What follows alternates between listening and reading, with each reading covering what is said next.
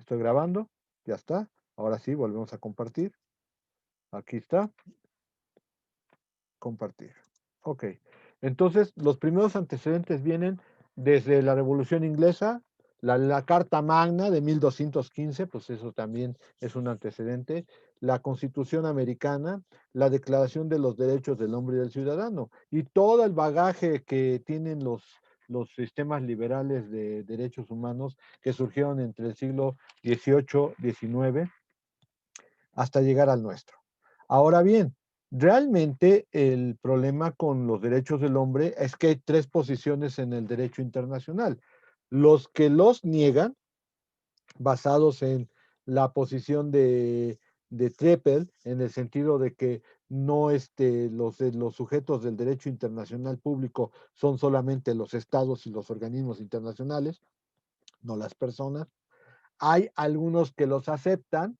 ¿Por qué? Porque dicen que a final de cuentas el recepcionario final de los derechos humanos pues es el habitante de los países, y hay una ecléctica pues que maneja los dos puntos. Si bien es cierto, el derecho internacional tiene participación los estados, a final de cuentas, cada vez que el estado adopta una norma internacional, necesariamente la va a hacer descender al orden común, es decir, a la legislación ordinaria. ¿Y quiénes la van a cumplir? Las personas. Entonces, bajo esa perspectiva, la idea es que pues tenemos esas tres tendencias. Si ustedes quieren pensar, pues a lo mejor la ecléctica podría ser algo que satisfaga más las necesidades de dar a entender por qué los derechos del hombre deben de existir y por qué se tienen que regular por el derecho internacional. Sin embargo, pues siempre habrá discusiones al respecto. Muchos países dicen, no puedes tú estarme dictando cuáles son los derechos humanos que debo de proteger. ¿Por qué? Porque desgraciadamente hay países todavía que se siguen manejando bajo violación sistemática de derechos humanos. Y desgraciadamente esos son los principales que empiezan a tener estas discusiones sobre si los derechos humanos deben de estar en el derecho internacional. Pero bueno, punto muy importante es que el 10 de diciembre de 1948 se dictó la Declaración Internacional de los Derechos del Hombre. No me gusta llamarle derechos humanos porque los derechos no son humanos. Es una expresión prácticamente traducido de manera literal del Human Rights que deberían de entenderse como derechos del hombre. Los derechos no tienen ninguna característica, los derechos pertenecen a alguien y por lo tanto debería de ser llamada derechos del hombre. Sin embargo, pues si quieren llamarla así, la Declaración Internacional o la Declaración Mundial sobre los Derechos Humanos, pues bueno, desgraciadamente eso es. Y yo ya les comenté, algunos países que salían a la independencia en esos momentos, se les ocurrió incluso hasta ratificarla, pero pues era una declaración, era soft law. Y entonces si me preguntan, oiga maestro, ¿y entonces no hay tratados que hablen de derechos humanos? Sí, hay dos. El uno es el Pacto de Derechos Civiles y Políticos y el otro el Pacto de Derechos Económicos, Sociales y Culturales. Ambos celebrados en en los años 60 y ya están en vigor los dos.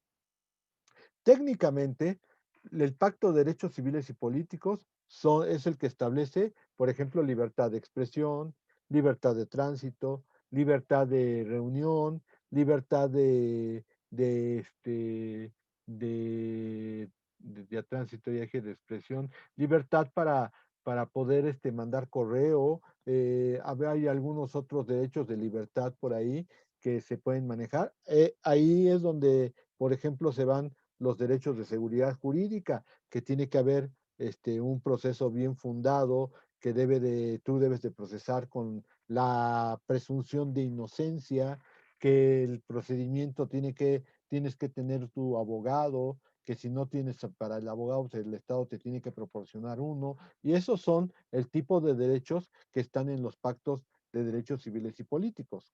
En el Pacto de Derechos Económicos, Sociales y Culturales, pues, por ejemplo, se defiende la libertad de trabajo, se defiende la libertad y el derecho a que trabajes y que te paguen un sueldo. No puedes prestar tus servicios como dicen, gratis o de okis, sino que simplemente cualquier trabajo que tú desempeñes necesariamente necesitas cobrar, porque de otra manera pues podríamos caer en problemas de la esclavitud. También se hablan de los derechos de las minorías, de los derechos de las mujeres, de la igualdad entre hombres y mujeres, de la protección de grupos vulnerables. Aquí podríamos hablar de minorías, minorías que pueden ser por de, de, este, preferencia sexual, origen étnico, tal vez estamos hablando de pueblos indígenas, tal vez estamos hablando de mujeres, de niños, de ancianos, de personas con capacidades diferentes. Todo eso viene en los derechos económicos, sociales y culturales. Derecho de sindicación, también el derecho de reunión para poder formar sindicatos, derecho de huelga, entre otras cosas. Todos estos pactos, el Pacto de Derechos Civiles y Políticos y el Pacto de Derechos Económicos, Sociales y Culturales, son prácticamente un reflejo de lo que en el medio interno es el derecho, los derechos humanos. Pero solamente son dos pactos que quieren respaldar en la Declaración Internacional de los Derechos del Hombre. Ahora bien, estos dos pactos, pues tendríamos que complementarlos con otros pactos más. Principalmente, aquí lo cito, la Convención sobre Prescripción y Castigo del Delito de Genocidio. Este data de 1948. ¿Qué es genocidio? Genocidio es la eliminación sistemática de personas identificadas por algún motivo. Puede ser una opinión política, puede ser un sector social, puede ser un origen étnico, puede ser una preferencia sexual, puede ser cualquier cosa, pero si tú vas eliminando a un sector de la población porque se identifica con alguno de estos aspectos, cae en lo que lo que sucedería el delito de genocidio. El delito de genocidio viene desde 1948. Por ejemplo, ahorita que está tan fresco, si alguien me pregunta, ¿qué pasó en el 68? Si ya se comprobó que es crimen de Estado, es un genocidio, ¿sí? ¿Qué pasó con, no sé, lo de Acteal? Es un genocidio. Entonces, ahí podríamos hablar de algunos otros casos de genocidio. La Convención sobre Imprescriptibilidad de los Crímenes de Guerra y contra la Humanidad. Esto es derivado de la Segunda Guerra Mundial, aunque se adoptó en 1968. Derivado de la Segunda Guerra Mundial, hay que recordar que las afrentas que hizo el pueblo nazi, o más bien la Alemania nazi en contra de los judíos, quedó como un delito de guerra y es imprescriptible.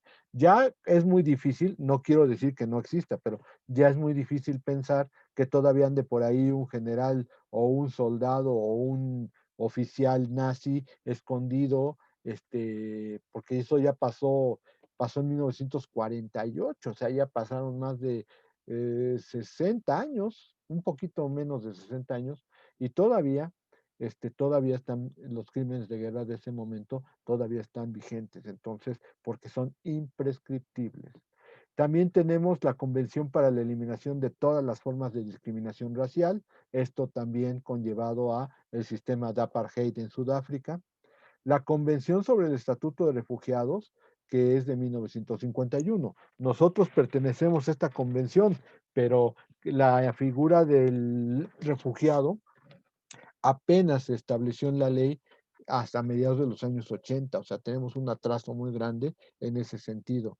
El Estatuto de Roma para establecer la Corte Penal Internacional, que es de 1998, y que México ya acepta su jurisdicción con las observaciones que vimos en el capítulo anterior de que cada petición que hagan se tiene que aprobar por el Senado. Y a nivel regional, tenemos una que nos ha provocado muchos dolores de cabeza, la Convención Interamericana de Derechos Humanos de 1969, también conocida como el Pacto de San José. Entonces, esta Convención Interamericana de Derechos Humanos desprende un sistema americano de derechos humanos en donde hay comisión y hay corte. ¿Qué hace la comisión? Lo mismo que hacen las comisiones de derechos humanos en todas las entidades de la República y la federal. Investiga cuestiones que pueden ser consideradas como violación de derechos humanos. ¿Qué sucede? Si encuentra que hay una violación de derechos humanos y que técnicamente no se puede resarcir a nivel estatal, entonces pasa el asunto hacia la Corte y la Corte va a resolver el problema con una sentencia. Eso es lo que va a ocurrir. Y también esta, a pesar de que fue aprobada en 1969, México aceptó la jurisdicción de la de la Corte Interamericana de Derechos Humanos apenas en los años 90, con la presión de todo el continente, porque ya había habido casos en los cuales México pues había violado sistemáticamente los derechos humanos. Así las cosas, de este sistema interamericano para protección de los derechos humanos se desprenden varios puntos, principalmente este, que es todo un rollo espantoso, pero que también nos está pegando. Almonacid versus Chile, que es el caso de donde Sergio García Ramírez resolvió esto del control de la convencionalidad, pues es de donde se desprende que las sentencias de la Corte Interamericana de Derechos Humanos deben ser cumplidas por los estados por los estados hacia donde o en contra de quienes se llevaron con procesos ante la Corte. Y este control de convencionalidad, que pues el problema es que cuando hablamos control de convencionalidad podríamos pensar, de acuerdo con el derecho de los tratados, la control de convencionalidad sería el control que tienes contra los representantes que están negociando un tratado. Pero no, Sergio García Ramírez, que fue quien introdujo el concepto en la Corte Interamericana, decía que no es técnicamente que los países que están incorporados al sistema interamericano de protección de derechos humanos, entiéndase México y casi todos los países de la América Latina, tienen que cumplir las sentencias que emite la Corte Interamericana y que tienen que suscribir los tratados o cumplir los tratados de derechos humanos con la mayor buena fe. En este orden, pues si un Estado no cumple con todos los tratados de derechos humanos a los cuales se obligó o no cumple las sentencias de la Corte Interamericana, se constituye en un delincuente internacional y los van a hacer cumplir esas sentencias a la fuerza. Y esto implica no solamente la Convención del Pacto de San José, sino implica todas las convenciones y todas las sentencias. Ese es el control de convencionalidad. Por lo tanto, el sentido es que desde el primer juez que va a conocer un caso, ese juez tiene la obligación de conocer todo el sistema interamericano de derechos humanos, desde el propio Pacto de San José hasta todos los convenios que se hayan celebrado con ese motivo.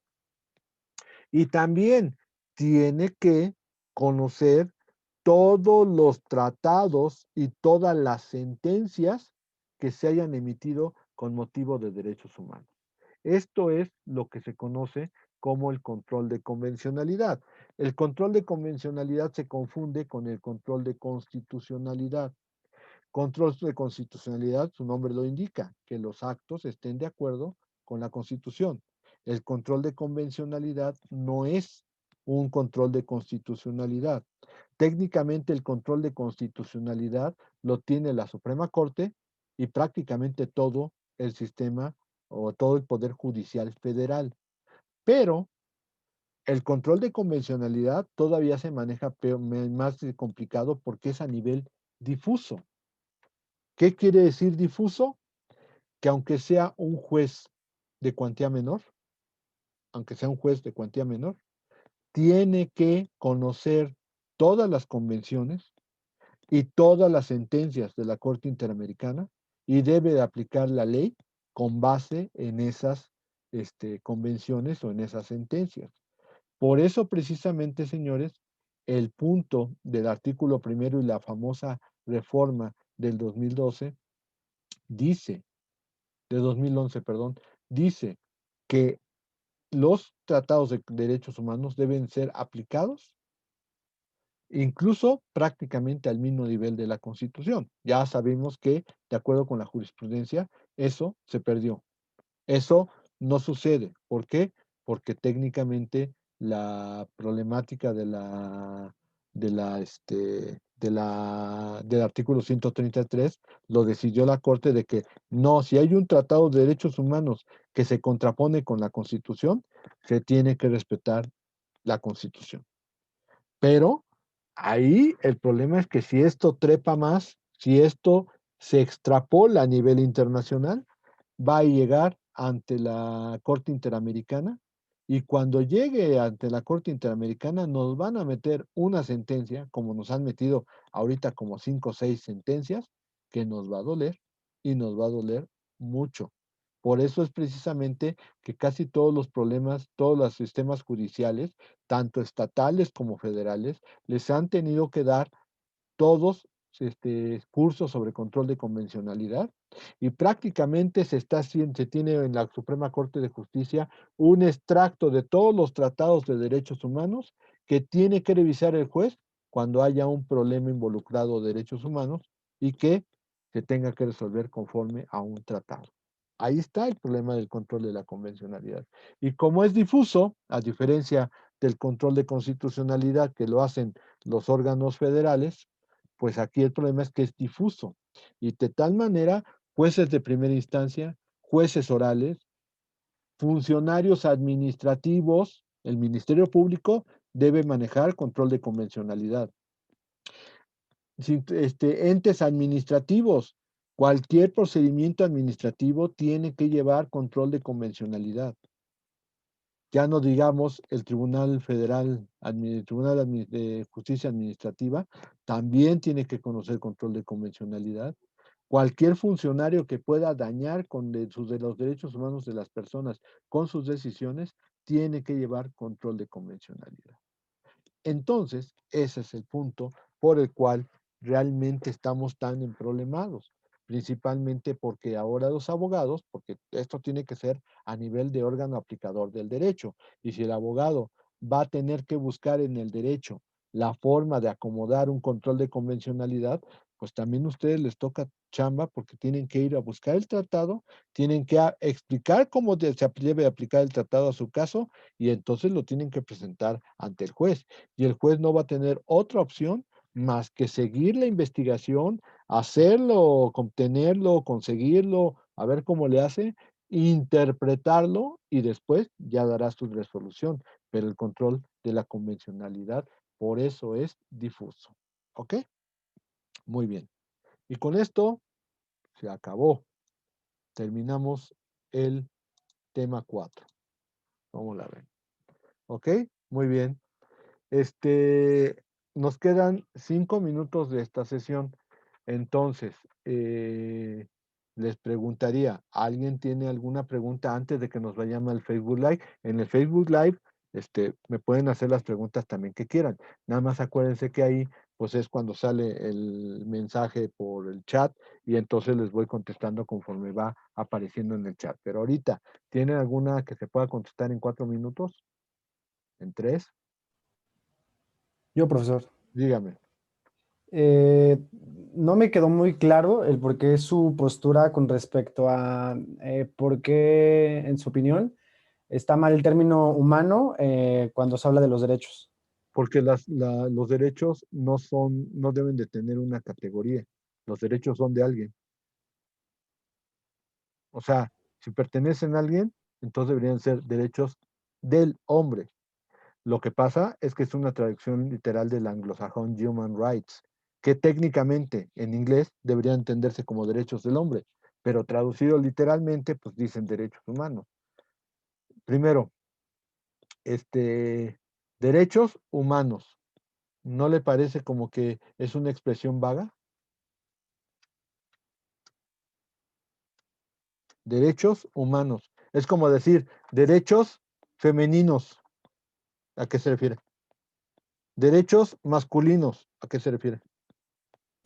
Pues yo diría que no, profe, porque pues un ser humano es un hombre, entonces... No, no, no, pero dice derechos humanos. O sea, a lo que voy es que la sintaxis no está bien. Si lo traduce literalmente el inglés, pues es que ni siquiera del inglés se debe traducir igual, se debe decir derechos del hombre. Los derechos pertenecen a alguien, no tienen una categoría, porque entonces Pues sí se puede dar. Derechos femeninos. Profe, Ah, pero los derechos de las mujeres. Derechos masculinos, nada más los derechos del hombre. Pues eso, son del hombre. O quiere llamar, si me pregunta por situación de género, pues es que el hombre se entendería como, como a todos, a la mujer y al hombre. Pero pues si ya me está presionando por situaciones de tipo de género, pues yo le diría todavía, derechos de los humanos. Pero no derechos humanos. Hay muchas palabras en inglés que se traducen literalmente. o sea, si pone como tal derechos del hombre, pues sería discriminatorio, ¿no? Porque está excluyendo a la Pues mujer, sí, entonces estoy de acuerdo, pero entonces, simplemente derechos humanos. no, derecho de los humanos, ok. Derecho de los humanos, pertenecen a los humanos, ok. Pero derechos humanos no deja de ser una expresión sin sentido. Es como traducir literalmente, como Bueno, una, Creo que su ejemplo, comprendo, profesor, comprendo su punto, pero tomemos en cuenta que los derechos humanos se extienden incluso a personas morales. Por eso no solamente decir que son de las no me personas diga, físicas, ¿en serio? también hay ciertas extensiones, no Hay todo, ciertas extensiones, usted lo ha como dicho, el debido pero proceso. Ese derecho se extiende incluso a las estoy de personas morales, acuerdo. por Pero a lo cual ver, abarcarlo como solo de las personas, que estaría limitando ese punto, ya sería, desde mi punto de vista, en un choque. Por lo cual siento que darle que son un género inherente a la humanidad, ajá. en diferentes expresiones, no está tan mal. Depende un poco, yo creo, también de la interpretación que le damos personal. O sea, entonces usted dice que también se extienden a los derechos del hombre. Digo, los derechos humanos o derechos de los humanos se extienden a las empresas. Entonces las empresas pueden tener hijos, Algunos, algunos, no, pero entonces no es tiene que ser general. de acuerdo en su objeto social. No, no, no, no. Sí. Ahí estamos hablando de gimnasia con magnesia, mi amigo. A ver, profesor, Ya estamos le hablando de comento, gimnasia con el debido magnesia. proceso es un derecho humano Estoy de acuerdo, pero aún así estamos y se hablando de extiende a gimnasia una con persona magnesia. moral. Se De puede hecho, hay hasta extender, jurisprudencia por que lo eso le dice, digo, profesor, que por dice que sí eso. se extienden a las personas Por morales. eso, pero entonces si se van a extender y lo vamos a extender sin discriminación, sin ninguna restricción, Sí entonces hay no restricciones. entonces, Se lo mencionan, o sea, que depende del ¿de giro de quién? la empresa y Es- no pueden a tener ver, a todos, ver por eso. España, a ver España, a ver España. Estoy de acuerdo en lo que dice la Corte, pero se extienden simplemente por darles una posibilidad de defensa. Pero la verdad sea dicha, desde el origen de los tiempos, desde el origen de los derechos del hombre, de la humanidad, como quieran, de los humanos, ok. También las empresas los tuvieron. Es una asimilación. Como también, por ejemplo, se asimilan ciertos delitos. Ya me voy, ¿eh? Ya se me está acabando el tiempo. Entonces ahorita nos vemos en Facebook Live. Pero le digo, o sea, es una asimilación. No es que se les